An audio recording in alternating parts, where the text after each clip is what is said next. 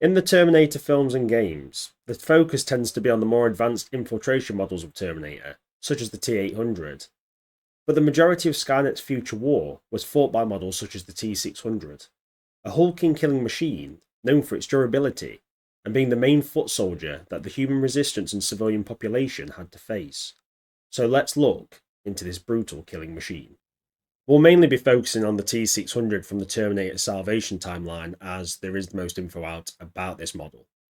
So the T-600 was first developed in 2016, around 12 years after Judgment Day. It was developed as a first attempt as a crewed infiltration unit of Terminator. We do not know how many were exactly produced, but from the fact it was so well known and became Skynet's main frontline combat unit, especially when it came to assaults on resistant strongholds and civilian settlements.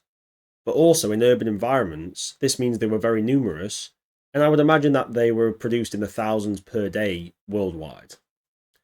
The T-600 was massive, between 6 and 7 feet tall, and weighing around 800 pounds or 362 kilograms. This weight comes mainly from its steel titanium alloy skeletal structure. It also had rubber skin that was designed to fool humans into mistaking the Terminator as a non-hostile, which only worked at long distances as most people could recognise the hulking figure of the T-600. Also, the rubber skin tended to get damaged from gunfire or what else was thrown at it, and the T-600's skin would corrode over time due to wear and tear and the weather, giving the T-600 a zombified machine look, which is not ideal for a Terminator infiltration model.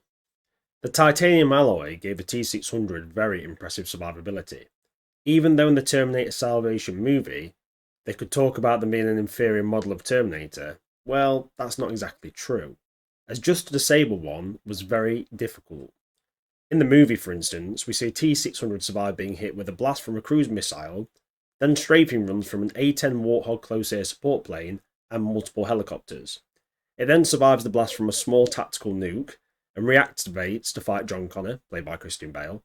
The T-600 then receives multiple 45 APC rounds to the face and chest and is finally put down by multiple M60 armor-piercing bullets to the skull at point-blank range. So definitely a tough bugger to kill, and this is in just one instance. There's many instances where they survived just as much, if not more. But even with the great durability, the T-600 did have some weaknesses in its structure. The main one being the joint in the back of its neck that, if punctured or damaged, would cause the T-600 to go haywire and lose any effective motor control or tracking. Also, certain areas of the T-600 frame were more vulnerable to gunfire, such as certain small areas of the joints and the eyes, which most likely were made of bullet-resistant material, but were still much weaker than the shell titanium alloy structure. The T-600, like many Terminators, was vulnerable to specific weapons like magnetic mines that would flip and explode with a lot of force to dismember or destroy the Terminator. The T-600 also had a very smart little trick to help keep it fighting. This was the electromagnetic cores built into the joints to help reassemble themselves if arms or legs are blown off the main body. So even if a limb was severed or the legs were blown off to reduce its movement, if the limbs were not too destroyed, it could reattach and be back to effective combat ability. This was quite the surprise to me, and it's a shame it wasn't shown off in the movie, as it's a pretty damn cool feature, and I think it would have made a great scene to see a Terminator kind of reanimating itself and getting back up to fight against, resistance fighters or John Connor. The T-600 was deployed to all areas of the globe during the future war, and it did various duties from guarding Skynet installations to wiping out resistance safe houses. This meant the T-600 was required to survive for long periods of time in the field, so it required its own energy source. This was most likely a small nuclear reactor or hydrogen fuel cells, but the exact length of time they would need to operate isn't officially known, and it would depend on what exactly the T-600 was doing, as the Terminator could enter idle mode, where its sensors were waiting to pick up signs of life, at which point it would activate and terminate the target. And obviously, if the T-600 was in a lot of active combat, it would burn through its power source more quickly. Due to the fact the T-600 was pretty slow, and its heavy weight and low mobility, it meant it would need to be deployed to the operation zone via a larger vehicle, such as a HK aerial or some kind of armoured ground vehicle with space for the T-600. And it would be unlikely to have access to refuelling, so we can guess the power source will let it operate for a fairly high rate of activity for several months without any refuelling or recharging.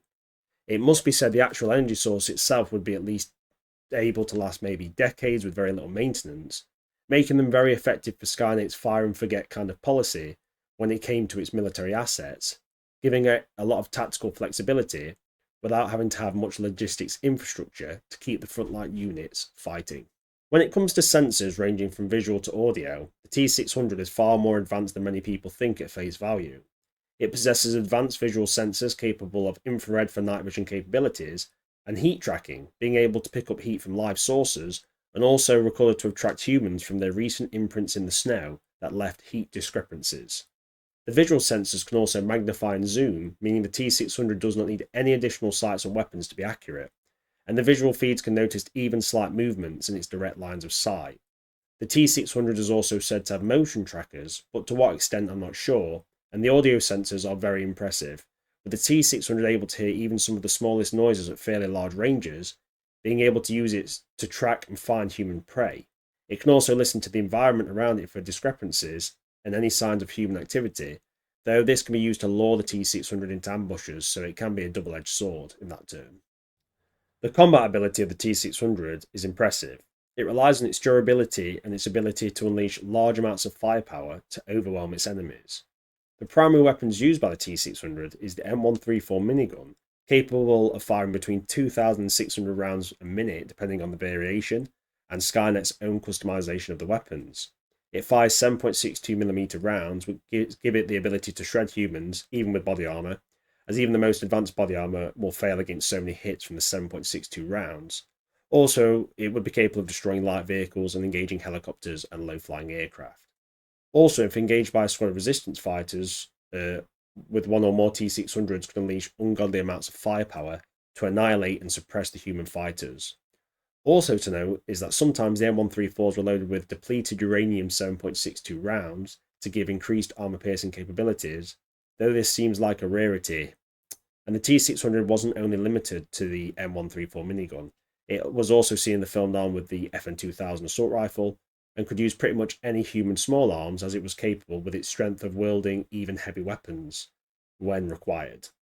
It was also fitted with grenade launchers under the T-600 arms that could use HE or armor-piercing rounds to supplement their main armament, and in terms of range firepower, human resistance fighters would need to outnumber the T-600 or be supported by vehicle-mounted or in-place weapons to beat the T-600 in a straight-up firefight.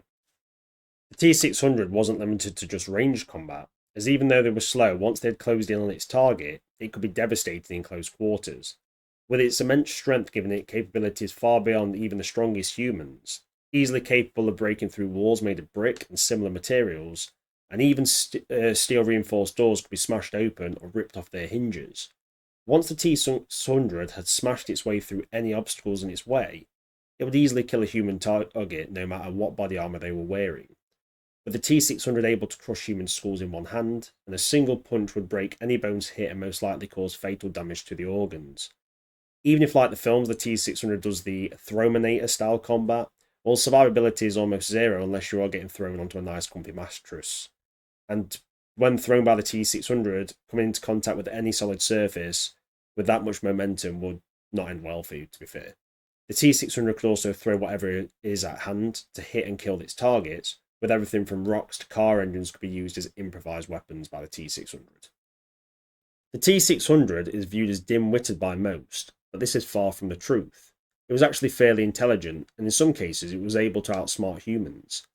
It is an infiltrator after all, and it was very common for the T-600 to use clothes found in the areas that it had been deployed to better blend in, and to even use clothes in the best condition as to cover as much of its metal structure as possible.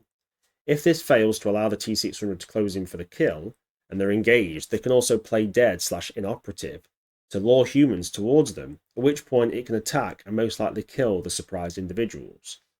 When traps have been laid for the T-600, they can recognise and avoid things like less hidden mines and IEDs, and also weak floors and unstable ground that might cause the T-600 to fall or sink and sustain damage. It could also drive any vehicle that a human would be able to, if the vehicle still works and can support the T-600's size and weight. Their brains do diminish over time though, as seen in the fact that older T-600's accuracy with range weapons diminishes, especially when they've been deployed longer to the field, meaning newer producers, say T-600s, are more of a threat, a bit like how humans peak in their 20s and steadily decline in terms of physical ability over time. So I think we can all agree the T-600 deserves our respect. It's a very dangerous Terminator. It's not the best infiltrator, but it was probably Skynet's most effective frontline unit in terms of sheer numbers and kind of the amount of damage it caused to the human resistance. And, you know, in the conventional war sense, the T-600 kind of reigned king. And it would be really cool to see this used in more films and games and kind of shown its deadly combat ability. I think one game I will point out is it was a Terminator Salvation game for, I think it was the PlayStation 2 or 3. And in that, the T-600s took multiple RPG hits and were basically invulnerable to light small arms. Only like 50 caliber and the RPGs could do some damage. So that was really cool. Anyway, I hope you enjoyed the video. But something a bit different for the channel, but I really like Terminator the most, so I'm into it. If you enjoyed, obviously like, subscribe, and do leave a comment. Tell me what you thought and tell me some info you know and tell me what I got right, what I got wrong. And you guys have a great new year.